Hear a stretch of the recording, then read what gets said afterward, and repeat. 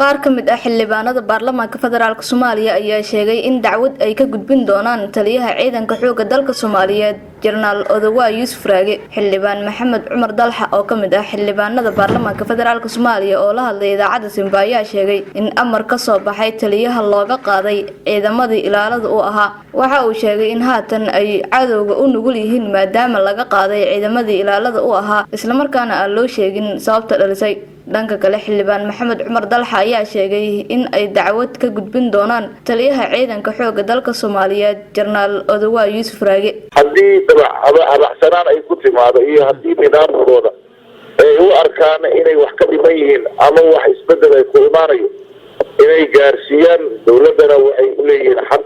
guddoonka baarlamaankana waa la gaarsiiyey, madaxweynahana waa la gaarsiiyey, xukuumadana waa la gaarsiiyey. laakiin fal cadowtinimo oo ka timid dowladda oo xildhibaanada halagula kaco ama hala beegsado xildhibaano qaarkood halaga soo wato ciidamada sida hebel iyo hebel iyo hebel iyo hebel ah in asaga keliya ee soo xiro la yiraahdo arrin aanan wanaagsanayn oo nidaamkaasi aanan fiicnayn ay ka imaan karto maantay dhibaatooyin ayay xildhibaanadu afka ku ballaariyeen.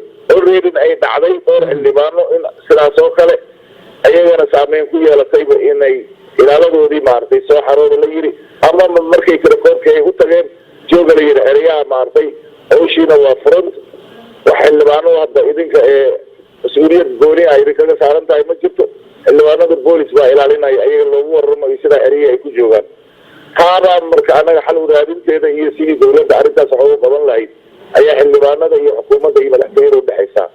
marka wax kale laga afmiishaarayo meesha yaallo oo hadallada gaanka badan ee laga sameeyo khalkhalka iyo xildhibaanadu ma soo bixi karaan iyo aniga kula hadlaya magaaladan dhex maraya madara. taliyaha ciidanka xoogga dalka Soomaaliya ayaa wada qorshe lagula wareegayo ciidamada militariga ee ilaalada u ah xildhibaanada iyo senatarada dowladda federaalka Soomaaliya. qorshahan ayaa waxa wada taliyaha ciidanka xoogga dalka Soomaaliya Odawa Yuusuf Raage oo dhawaan xilkan la wareegay.